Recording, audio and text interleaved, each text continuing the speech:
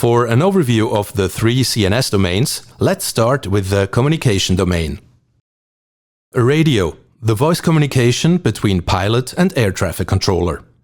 For the air traffic controller to communicate with the pilot, Skyguide has installed radio antennas all over Switzerland, including an emergency backup radio communication system. This is the most important means of communication here. Controller-pilot data link communication, CPDLC, is a digital way of exchanging messages, eliminating crosstalk and acoustic understanding issues.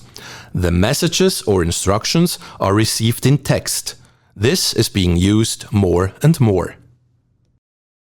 In addition to the radio communication between air traffic controller, pilot and the data link service, the communication domain deals with the following vital systems.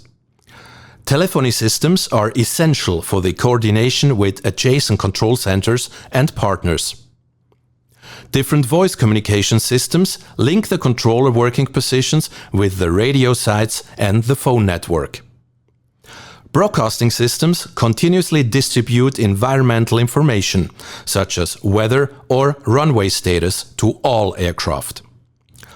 Finally, we have the legal obligation to record all the communication in order to have the possibility to investigate in case of issues or problems. Next, let's look at the navigation domain. Distance measuring equipment, DME, showing the distance of the aircraft to the DME. The distance measuring equipment, DME, shows the pilot how far the airplane is from that navigation aid. Skyguide has many DMEs installed all over Switzerland. The instrument landing system, ILS, uses electromagnetic beams, leading the aircraft to the beginning of the landing runway in any visibility, like in clouds or fog. Skyguide has installed ILSs at every major airport in Switzerland. VHF omnidirectional range, VOR. Pilots can see in which angle, bearing, they are relative to the VOR. The VHF omnidirectional range, VOR, is a navigation aid on the ground which lets the pilot determine his angle towards that VOR. This technology has been used for decades to enable pilots to fly procedures or find their position while in bad weather or in clouds with low visibility. Skyguide has several VORs installed throughout Switzerland. Finally, an overview of the surveillance domain. Radar, detecting the location of airplanes for air traffic control.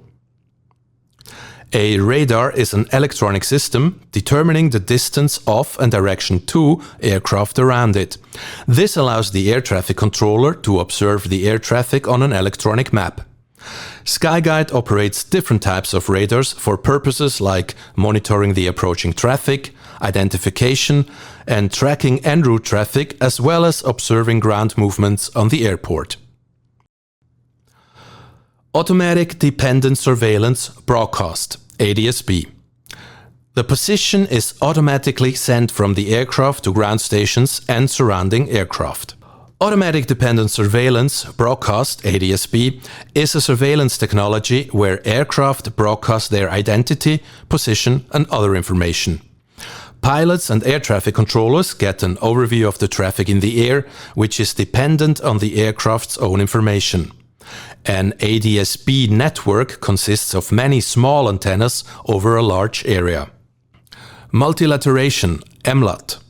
The aircraft can be located with an array of small ground stations. Multilateration, MLAT, is a technology to calculate the position of aircraft based on time difference of arrival of emitted signals. Signals transmitted from aircraft or ground vehicles are being used for this. Skyguide owns and operates these systems in Switzerland. They need to be checked regularly for accuracy and correct function, and they need to be renewed regularly with a lifetime of around 15 years, depending on the type.